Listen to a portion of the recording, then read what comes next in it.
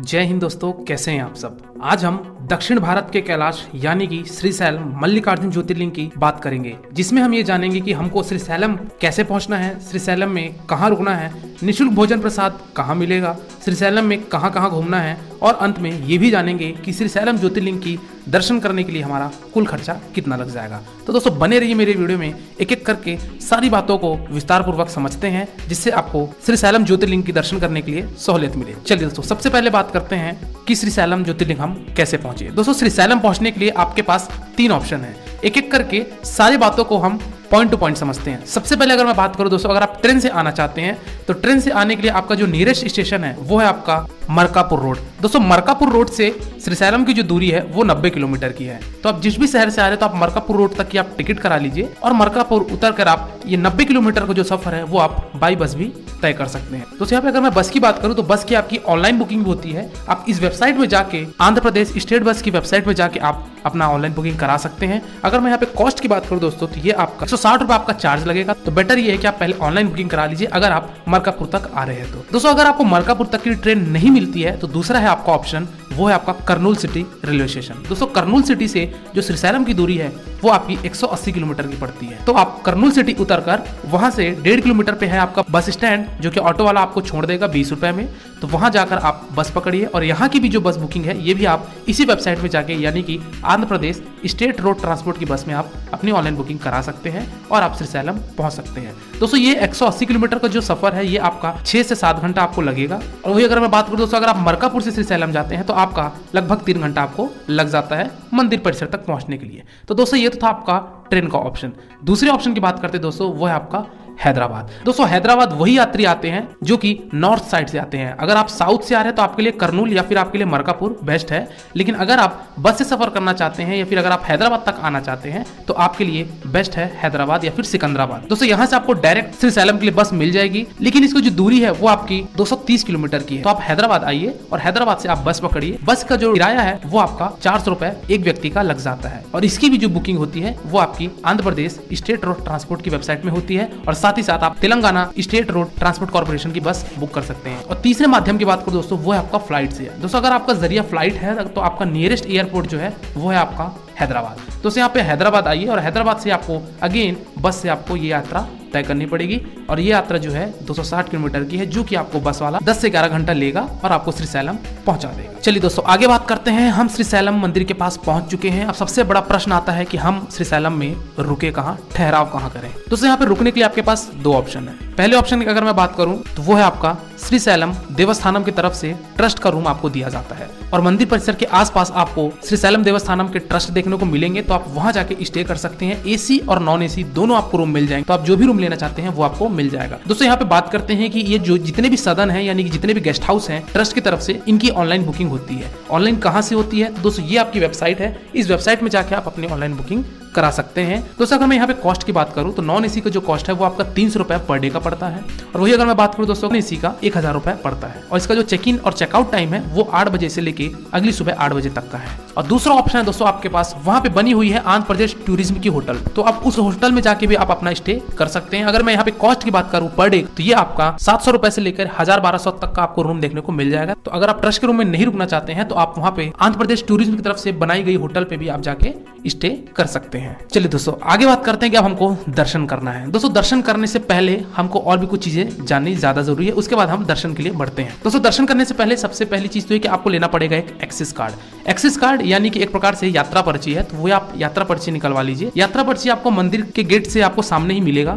वहां आप अपनी एक्सेस कार्ड निकलवा लीजिए। यहाँ पे एक्सेस कार्ड 2 प्रकार से होती है। एक तो ये कि अगर आप फ्री दर्शन पास लेते हैं तो आप आराम से नॉर्मल लाइन जो होती है उस लाइन में लग के जितना भी 2 घंटा 4 घंटा 6 घंटा लगेगा उस लाइन में आप लगिए और भोलेनाथ का दर्शन करिए। और दूसरा यहाँ पे आपको एक मिलता है शीघ्र पास दर्शन, यानी कि यहाँ पे एक वीआईपी पास मिलता है जिसका जो कॉस्ट होता है वो 150 रुपए का होता है। अगर आप वीआईपी पास लेते हैं यानी कि शीघ्र पास लेते हैं तो ये आपका आधे से 1 घंटे में दर्शन हो जाएगा भोलेनाथ का। ये आपको ऑनलाइन भी निकल जाएगी, तो आप इसी वेबसाइट में जाके ये दर्शन पास आप ऑनलाइन भी निकलवा सकते हैं। चलिए दोस्तों आगे बात करते हैं कि मंदिर परिसर में आपको मोबाइल, कैमरा, बैग ये सब ले जाना अलाउ नहीं है। तो दोस्तों आपको जहाँ पे दर्शन पास है उसी के बगल में आपको बना है मोबाइल लॉकर, तो वहाँ फ्री लॉकर सर्विस है। तो आप वहाँ अपना मोबाइल रख दीजिए, कैमरे रख दीजिए, वहाँ पे शू काउंटर भी है, तो आप अपने जूते चप्पल भी वहां रख दीजिए और मंदिर परिसर के अंदर हम प्रवेश करते हैं। लाइन में लगते हैं, भोलेनाथ का जाप करते हुए, ओम नमः शिवाय कहते हुए हम आगे बढ़ते हैं। दोस्तों लाइन में चलते चलते आपको नंदी जी का दर्शन करना है, आप नंदी स्वामी का दर्शन करिए और आगे बढ़ते हुए हम गर्भगृह पहुंचते हैं और यहाँ पे हम श्रीशैलम मल्लिकार्जुन ज्योतिर्लिंग का हम दर्शन करते हैं, अपनी मनोकामनाएं मांगते हैं, अपनी विशेष मांगते हैं और हम ओम नमः शिवाय कहते हुए हम मंदिर परिसर से बाहर आते हैं।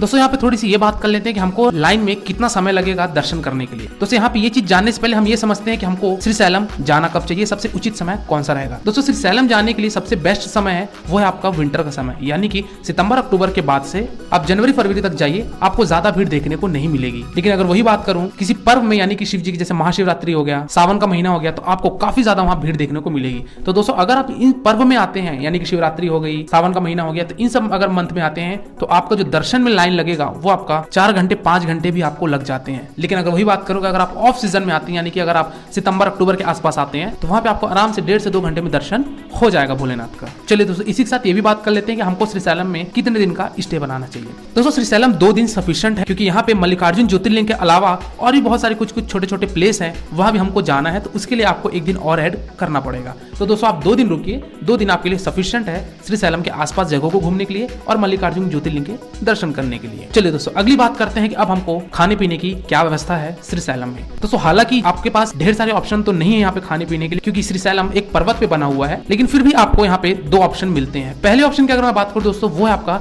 श्रीशैलम देवस्थानम की तरफ से आपको फ्री अन्न प्रसाद भोजन आपको दिया जाता है। दोस्तों वहाँ पे मंदिर परिसर के ठीक बगल में एक बना है अन्न प्रसाद, जो कि आपको वहाँ पे फ्री भोजन मिलता है, तो आप वहाँ जाके भोजन ग्रहण कर सकते हैं। वहाँ का सुबह का नाश्ता भी दिया जाता है और आपको लंच और डिनर भी दिया जाता है। दोस्तों यहाँ पे टाइमिंग की अगर मैं बात करूँ तो 11 बजे से 2 बजे तक आपको वहाँ लंच दिया जाता है, और वही अगर मैं शाम की बात करूँ दोस्तों तो वो आपको 6 बजे से 9 बजे तक डिनर दिया जाता है। तो अगर आप मंदिर ट्रस्ट की तरफ से भोजन करना चाहते हैं तो आप ये जाके फ्री अन्न प्रसाद ग्रहण कर सकते हैं। चलिए दोस्तों दूसरा ऑप्शन है आपके पास वहाँ के प्राइवेट होटल्स, वहाँ के भोजनालय। दोस्तों मंदिर परिसर के कैंपस में आसपास में 1 किलोमीटर के दायरे में ढेर सारे भोजनालय और रेस्टोरेंट देखने को मिल जाएंगे, तो वहाँ जाके आप अपने भोजन कर सकते हैं, जो कि एक नॉर्मल कॉस्ट होता है 80 रुपए 100 रुपए में आपको थाली के हिसाब से खाना मिल जाएगा। चलिए दोस्तों आगे बात करते हैं कि हमने भोलेनाथ का दर्शन किया है, तो हमको यहाँ पे भोग लगा प्रसाद भी चाहिए। दोस्तों यहाँ पे आपको लाडू प्रसाद मिलता है, यानी कि एक लड्डू प्रसाद मिलता है। लड्डू प्रसाद वहाँ के आप काउंटर में जाके ले सकते हैं। यहाँ पे जो लाडू का जो रेट है वो आप यहाँ पे स्क्रीन पे देख रहे हैं, अलग अलग यहाँ पे रेट है। 15 रुपए वाली भी है, 5 रुपए वाली भी है और 60 रुपए वाली भी है। तीनों का महत्व अलग अलग है, प्रसाद वही है, सब भोलेनाथ का ही प्रसाद है, तो आप जो भी प्रसाद चाहते हैं आप वो प्रसाद वहाँ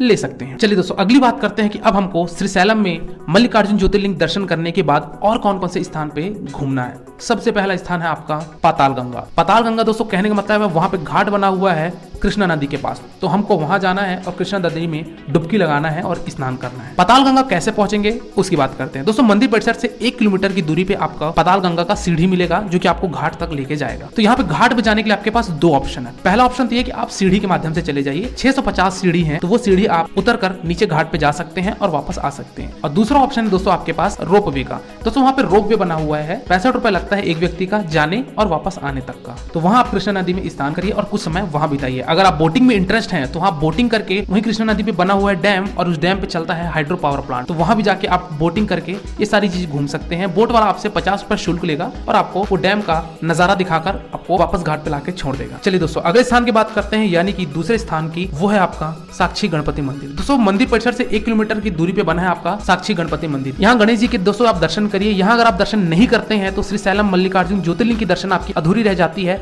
ऐसा कहना है लोगों का। तो यहाँ आप जरूर दर्शन करिए। यहाँ पे गणेश भगवान जी की मूर्ति विराजित है, तो आप इनके दर्शन करिए। और बढ़ते हैं हम अगले स्थान की, वो है आपका चेंचू लक्ष्मी म्यूजियम। दोस्तों ये एक प्रकार से म्यूजियम है, संग्रहालय है, जहाँ पे आपको स्वदेशी जनजातियों के जीवन का एक झलक आपको देखने को मिलेगा। तो इस म्यूजियम में भी आप अपना कुछ समय बिताइए, काफी अच्छा आपको नजारा देखने को मिलेगा। तो यहाँ आप रहिए। इसका जो दूरी है वो आपका 1 किलोमीटर है मंदिर परिसर से। चलिए दोस्तों अगले स्थान की बात करते हैं, वो है आपका हटकेश्वर मंदिर। दोस्तों हटकेश्वर मंदिर में शिव जी की प्रतिमा है, तो यहाँ पे आप दर्शन करिए। ये वही मंदिर है दोस्तों जहाँ पे शिव जी ने राक्षस त्रिपुरापुर का वध किया था। तो यहाँ पे आप शिव जी का दर्शन करिए, अपने मत्थे टेकिए और आगे बढ़ते हैं हम अगले स्थान की, वो है आपका पालधारा पंचधारा। दोस्तों पालधारा पंचधारा नाम से समझ में आ रहा होगा, यहाँ पे एक वाटरफॉल है और यही वाटरफॉल आपका आगे चलकर कृष्णा नदी में मिल जाती है। दोस्तों यहाँ पे आपको पहले 160 सीढ़ी ऊपर चढ़ के जाना पड़ेगा। यहाँ पे आपको नजारा मिलेगा, वहाँ पे आप फोटोशूट भी करवा सकते हैं अगर आप फोटोशूट में इंटरेस्ट रखते हैं। ये मंदिर परिसर से आपका 5 किलोमीटर की दूरी पे पड़ता है। चलिए दोस्तों आखिरी स्थान की बात करते हैं, जो कि मंदिर परिसर में ही हमारा, वो है आपका ब्रह्मरामा जी का मंदिर। दोस्तों इस मंदिर में माता सती का यहाँ पे गर्दन गिरा था, जो कि ये 51 शक्तिपीठों में एक शक्तिपीठ भी है।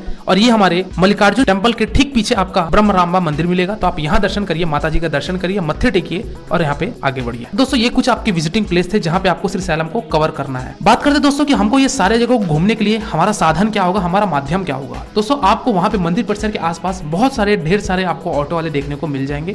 ऑटो वाला आपका 150 रुपए 200 रुपए आपका लेते हैं एक व्यक्ति का, और इन सारे जगहों को घुमाकर 1-2 घंटे में आपको वापस मंदिर परिसर छोड़ देते हैं। आप थोड़ी सी बार्गेनिंग करा लीजिएगा क्योंकि उनका रेट थोड़ा सा हाई फाई रहता है, तो आप थोड़ी बहुत बार्गेनिंग कराकर इन सारे मंदिर को आप घूम सकते हैं, जो कि आपका 150 से 200 रुपए पर व्यक्ति लेते हैं। चलिए दोस्तों लास्ट बात करते हैं कि हमको श्रीशैलम यात्रा का कुल खर्चा कितना आ जाएगा। दोस्तों अगर आप 2 दिन का स्टे बनाते हैं और अगर आप ट्रस्ट के रूम में रुकते हैं और अन्न प्रसाद में भोजन ग्रहण करते हैं तो आपका एक व्यक्ति का जो किराया है दोस्तों वो आपका 1500 से 2000 रुपए आपका लगभग पड़ जाएगा, जो कि पूरे श्रीशैलम को घूमने के लिए पर्याप्त है। दोस्तों इस फेयर में मैंने आपके बस की टिकट को इंक्लूड किया है, जहां से भी आप आएंगे, चाहे आप कर्नूल सिटी से आइए, चाहे आप मरकापुर रोड से आइए, चाहे आप हैदराबाद से आइए, यहाँ पे मैंने बस की टिकट को इंक्लूड किया है।